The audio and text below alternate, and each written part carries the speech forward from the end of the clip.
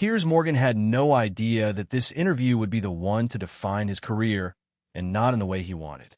When he invited Keanu Reeves onto his show, he thought it would be just another headline-grabbing segment, a moment where he could push his guest, twist a few words, and come out looking sharp. But he never expected to be the one left speechless. From the moment Keanu walked onto the stage, the audience was already buzzing with excitement, their admiration for him almost tangible. And yet, Piers saw it as an opportunity, a challenge, a chance to bring down a man the world saw as untouchable. As the cameras rolled and the lights focused, Piers wasted no time. Leaning forward with that signature smirk of his, eyes gleaming with the thrill of a fight he was sure he would win. Keanu sat across from him, calm as ever, his demeanor unshaken, his presence effortlessly commanding without a single word needing to be spoken. Piers took a breath, then let the first blow land, speaking with exaggerated confidence, his voice carrying the kind of arrogance that had become his trademark, saying, "Keanu, you act all humble. But let's be real, without the Matrix, would anyone even remember your name?" The audience shifted, murmuring among themselves, some glancing at Keanu to see how he would respond. But the man in the chair only smiled, his face unreadable, his silence more powerful than any immediate reaction could have been. Piers, mistaking it for hesitation, pressed further, his smirk widening, his tone sharpening as he added, "Come on, let's not pretend your fame is just a lucky break, the right role at the right time. Anyone could have played Neo, and Hollywood would have moved on without a second thought." The crowd wasn't sure how to react, some gasping, others whispering to each other, but all eyes remained fixed on Keanu, who, instead of responding right away, simply leaned back, letting the weight of the words settle in the air. This was the moment where everything could shift.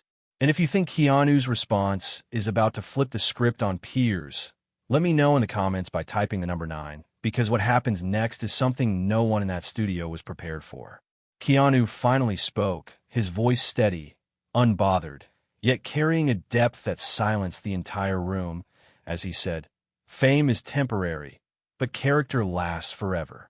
The audience erupted, cheers and applause filling the studio as Piers sat frozen, clearly not expecting such a simple, yet devastating response, his confidence flickering, his smirk faltering just slightly. Keanu didn't gloat. He didn't press further. He simply sat there looking at Piers with the kind of patience that almost felt condescending, as if giving him a moment to process what had just happened. Piers chuckled, shaking his head, trying to regain control, but the damage had been done, and he knew it. So he did what he always did when cornered. He changed tactics, leaning in again and laughing as he said, "Oh, so now you're some kind of philosopher, huh? You think wisdom is going to keep you relevant? People love you now, but let's be honest, Hollywood chews people up and spits them out, and in a few years, they'll move on to the next guy. And then what?" Keanu, still composed, tilted his head slightly, considering the question before responding with a small, knowing smile.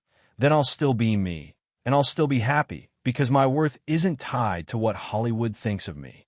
Another explosion of applause filled the studio, this time louder, stronger, and Piers, for the first time in a long time, looked genuinely rattled. He glanced toward the producers, clearly uncomfortable with how the interview was unfolding. But there was no way to cut away, no way to edit out the fact that he had just been outmaneuvered by the very man he had tried to ridicule. Keanu's words were spreading like wildfire online, with clips of the exchange going viral within minutes. And while Keanu walked away from that interview with even more admiration and respect, Piers was left scrambling to control the damage. But the internet had already made up its mind.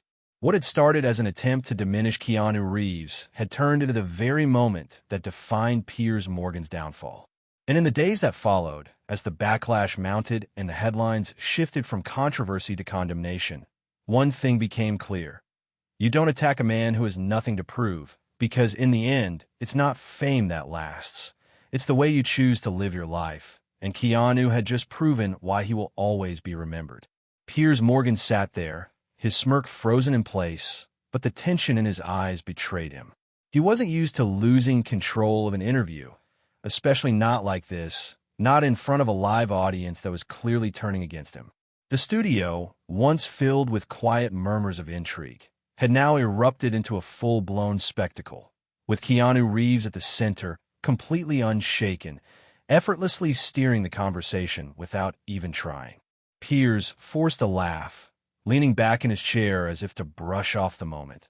But his mind was already racing, desperately searching for a way to regain control. His show thrived on controversy, on making people stumble, on putting them in positions where they were forced to defend themselves. But Keanu wasn't playing his game. That's what made it so frustrating, so impossible to handle. Piers adjusted his tie, plastering a smile on his face, then went for another angle, one that he thought would force Keanu to break character. With a dramatic sigh, he shook his head and said, "All right, let's talk about this whole humble act of yours. You're worth hundreds of millions. You've been in some of the biggest blockbusters of all time, and yet you want people to believe you're just some regular guy who rides the subway and gives away money like it doesn't matter. Come on, Keanu, no one's buying it." The audience quieted down, waiting for Keanu's response, but once again, he didn't rush to fill the silence. Instead, he studied Piers for a moment, his gaze calm but piercing, as if he could see right through the attempt to frame him as a fraud. Then, with the same effortless composure, he finally spoke. "You know, Piers, I don't think kindness needs to be an act." The room went still for a beat, the weight of those words hanging between them. And for the first time, Piers seemed to hesitate. He opened his mouth to interject, but Keanu wasn't done. He leaned forward slightly, his voice steady, controlled, but carrying a weight that was impossible to ignore. "I've been fortunate, no doubt about that, and I'm grateful for everything I have, but none of it, not the money, not the fame, none of it defines who I am. Who I am is how I treat people when no one's watching. And if that's something people admire, then I'd rather be remembered for that than for any role I've played."